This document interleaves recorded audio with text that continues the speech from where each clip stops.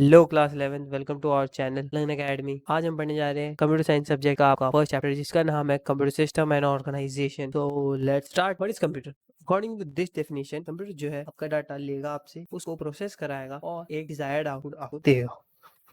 अब हमारा next topic जो है computer system. What is computer system? Computer system is a combination of three components जो है हमारा hardware, software and user.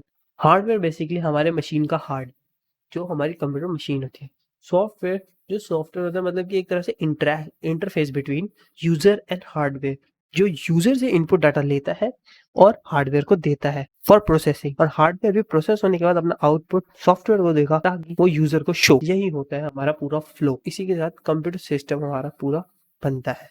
So let's move on to next topic जो है हमारा block diagram of computer. Block diagram of computer में आप यहाँ देख सकते हैं it is divided into 4 units. First input unit, storage unit, central processing and output unit. जो इनपुट और आउटपुट यूनिट है ये हमारे काम आते हैं। इनमें हमारे इनपुट और आउटपुट डिवाइसेस यूज होते हैं ताकि ये सारी यूनिट वर्क कर सके। जैसे इनपुट यूनिट में हम इनपुट डिवाइसेस यूज करते हैं, आउटपुट यूनिट में आउटपुट। स्टोरेज यूनिट जो होती है हमारे डाटा स्टोर कराने का, और सेंट्रल प्रोसेसिंग प्रोसेस कराने। Let's move on next topic जो हमारा इनपुट एंड आउटपुट डिवाइसेस, जिसमें हम इनपुट और आउटपुट यूनिट के बारे में। इनपुट और आउटपुट यूनिट है, हमें डाटा इनपुट मतलब डाटा देना है कंप्यूटर को, तो उसके लिए हमारे वर्क कर इनपुट डिवाइसेस। आउटपुट डाटा लेना है कंप्यूटर से, मतलब हमारा आउटपुट देखना है हमें, आउटपुट ये क्या आ रहा है हमें, तो उसके लिए हमारे आउटपुट डिवाइसेस। जो हमारे एग्जांपल के तौर पे इनपुट डिवाइसेस होते हैं वो स्कैनर, माइक्रोफोन, ग्राफ टेबल, और जो हमारा आउटपुट डिवाइस है वो मॉनिटर, स्पीकर, प्रोजेक्टर, ये सब। और कुछ बोथ भी होते हैं, मतलब इनपुट भी होगा और आउटपुट भी होंगे, जैसे कि फैक्स मशीन। उसमें क्या होता है, आप उससे मशीन के थ्रू डाटा लेते भी हो और डाटा देते भी हो। टच स्क्रीन, आप टच करते हो स्क्रीन, मतलब मॉनिटर को टच करते हो, मॉनिटर पे आउटपुट भी आता है और आप इनपुट भी मॉनिटर के थ्रू ही दे। ऐसे ही ये सारे बोथ भी होते हैं और इनपुट और आउटपुट अलग भी। तो अब हम अपने नेक्स्ट टॉपिक पे चलते हैं जो है हमारा PU, central processing unit. Central processing unit ये जो होता है ब्रेन होता है, ये परफॉर्म करता है all type of data processing operation, store भी करता है, रिजल्ट भी देता है और इंस्ट्रक्शन प्रोग्राम्स को भी रखता है अपने पास। अब हम इसके कंपोनेंट भी देख लेते हैं कितने होते हैं। 3 कंपोनेंट्स होते हैं इसके। स्टोरेज मतलब मेमोरी यूनिट और storage unit, arithmetical logical unit and control unit. Storage unit है, उसमें वो डाटा को स्टोर कराएगा एंड इंटरमीडिएट रिजल्ट्स को स्टोर कराएगा। तो यूनिट सप्लाई जो है कंप्यूटर को देगी,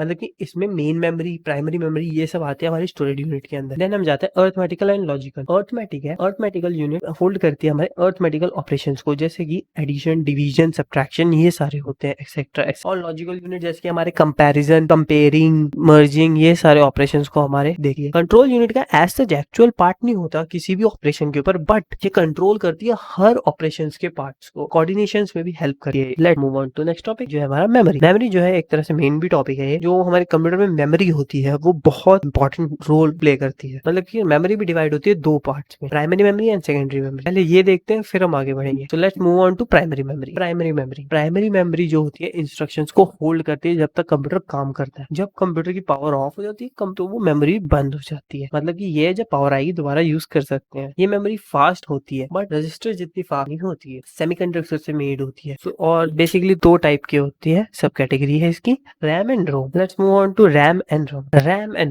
random access memory temporary data store कराती है। कैपेसिटर्स यूज होते हैं बिकॉज सेमीकंडक्टर से बनी हुई है, तेज है, क्विकली है, रीड ओनली है। इसमें सिर्फ एप्लीकेशन रन होते हैं।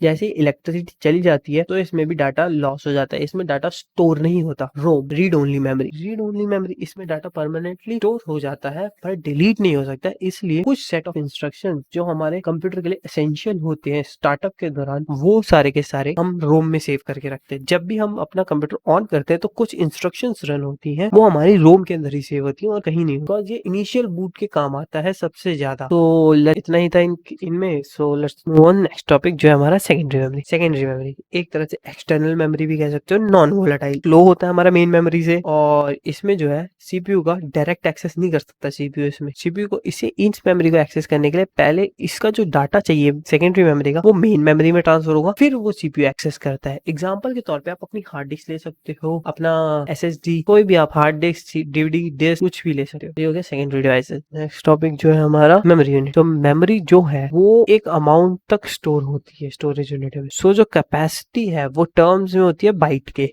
सो यहाँ आप देख रहे होंगे एक टेबल जिसमें आपको सारी मेमोरी दिखेंगी अप टू पेंटाबाइट और इनके byte values and approximate amount. So let's move on to software. Software क्या है? Software is a set of instruction to do a specific task for computer. ये करता है हमारा सॉफ्टवेयर, मतलब कि कुछ स्पेसिफिक काम करने के लिए हम सॉफ्टवेयर बनाते हैं, अलग अलग काम करने, MS वर्ड लिखने के लिए, नोट पैड लिखने के लिए, ऐसे ऐसे अलग अलग।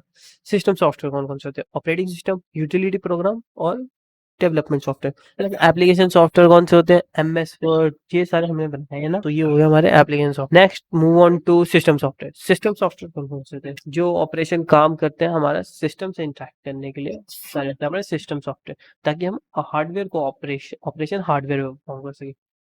और ऑपरेटिंग सिस्टम बेसिकली इंटरफेस होता है बिटवीन हार्डवेयर एंड यूजर के बीच में, ताकि यूजर जो है इंटरेक्ट कर सके हार्डवेयर से। उसके बाद हमारा आता है utility software. Utility software basically ये जो सॉफ्टवेयर्स होते हैं एंड प्रोग्राम्स होते हैं, ये हमारे कंप्यूटर को ऑप्टिमाइज रखने के लिए, मिनिमाइज रखने के लिए, कॉन्फ़िगर मतलब हमारा हेल्थी रखने के लिए, एक तरह से आप मान सकते हो सिंपल लैंग्वेज में, हमारे कंप्यूटर एंड OS को हेल्थी रखने के लिए ये सारे सॉफ्टवेयर काम आते हैं। जैसे एंटीवायरस हो गया, डिस्क क्लीनर हो गया, ये सारे क्लीन करेंगे, ऑप्टिमाइज करेंगे हमारे सिस्टम को और अच्छे से परफॉर्मेंस देने के लिए करेंगे। एप्लीकेशन सॉफ्टवेयर जो हम यूजर फ्रेंडली, हमारे इन्वायरमेंट नीडेड होते हैं, जो हम डेवलप करते हैं अपनी जरूरतों के हिसाब से, वो सारे आप एप्लीकेशन सॉफ्टवेयर में ले सकते हैं। Microsoft Excel, power point, word, ये सारे हमारी नीड के लिए हैं, तो वही होगा स्पेसिफाइड नीड एंड इन्वायरमेंट, हमारा कुछ जो भी इन्वायरमेंट। नेक्स्ट टॉपिक पे चलते हैं, कंपाइलर एंड इंटरप्रेटर। ये मेन टॉपिक है आपका, इंपॉर्टेंट भी बोल सकते हो।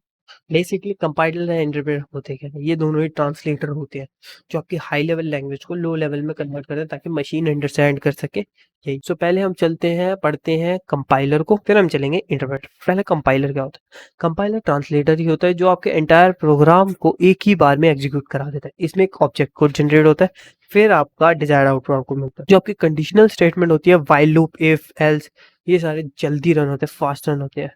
प्रोग्राम को बार बार कंपाइल होने की जरूरत नहीं पड़ती। एक बार आपको ऑब्जेक्ट कोड बन गया, ऑब्जेक्ट फाइल बन गई, बस फिर आप उसको ही दोबारा रन कर सकते हैं। वरना अगर आप दोबारा कंपाइल करोगे, अगर आपने चेंजेस करे हैं कोई, तब आप कंपाइल करके कर सकते हो, वरना अगर आपका आउटपुट मिल गया तो दोबारा करने की जरूरत नहीं। एरर जो होगा सारा एग्जीक्यूट होने के बाद ही आएगा। आपका इनपुट जब पूरा एग्जीक्यूट हो जाएगा, तब आपको सारे एरर डिस्प्ले होंगे।